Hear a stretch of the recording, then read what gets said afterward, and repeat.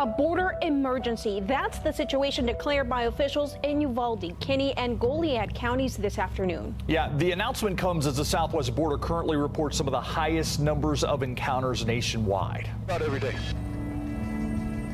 Records show the number of people trying to cross this border is surging. We are in a period where there is unprecedented levels of flow impacting our border. We are up here in Tucson sector, some over 50% in our encounters, and that's just what we're encountering.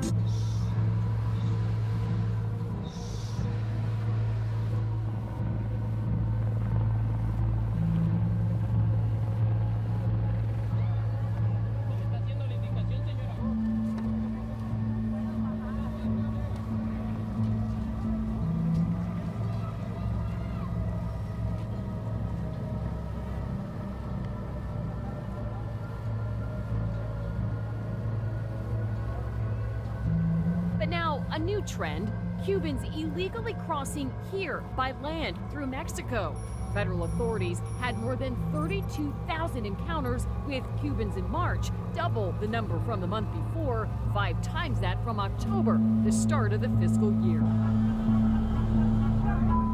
An economic and humanitarian crisis is sending Cubans packing in droves, many coming through Nicaragua, which lifted visa restrictions.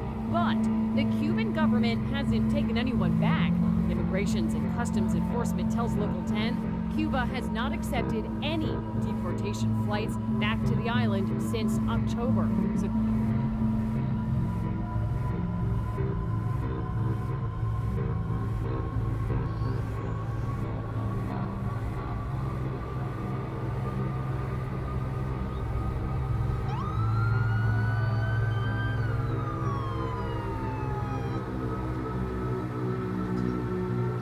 My border team obtained this video of people under the International Bridge.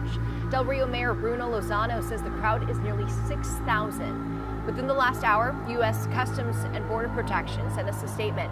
They say they're trying to protect the migrants from heat-related illness by putting them in the shaded area. We're told it's a temporary staging site where migrants want to be taken into CPP.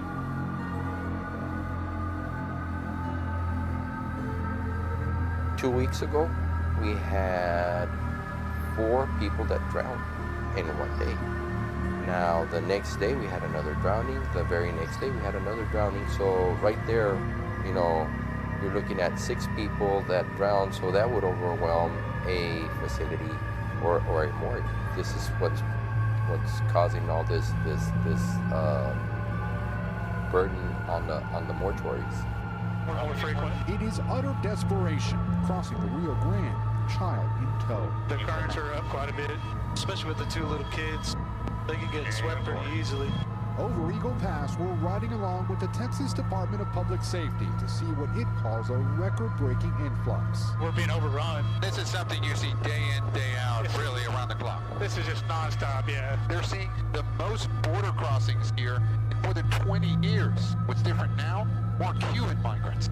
Within minutes, we spot a group of more than 100. Usually once or twice a day they'll push a big group across like that. Lately, the number of Cubans trying to cross the border on foot has skyrocketed, now more than 1,300 a day, according to internal CBP data obtained by an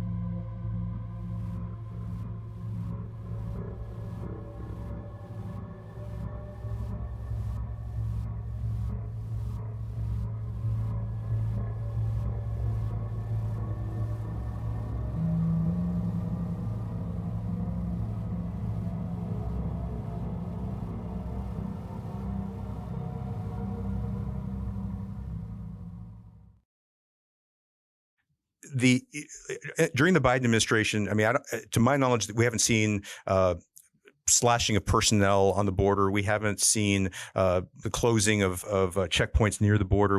He hasn't torn down any fencing or barricades near the border. So my sense is that when people talk about open borders, the crux of the issue is really the so-called catch and release policy, where you have migrants coming in. Sure. Many of them are asylum seekers. They're coming in, they're processed, and then they're released until their immigration court hearing comes up. Is that the issue when you talk about that and use the term? Is that really the big deal for you? You know, it's such a complicated issue, and it's one that everybody is responsible for fixing. And it seems as if nobody wants to fix it. Why? Because it's politically lucrative to both sides. Everybody demonizes one another. They fundraise off of it, and nobody ultimately wants to roll up their sleeves and go to work. To me, when I look at the immigration issue, the number one problem is the fact that there isn't a legal route for people to come over to the United States and work. Is what I look at. And because there is no legal route, cartels and these other organizations exploit the illegal route. The frustration I've had with the Biden administration is they don't want to even sit down and have a conversation. And look, the Biden administration gets a lot of flack, so I'll kind of lay off them a little bit.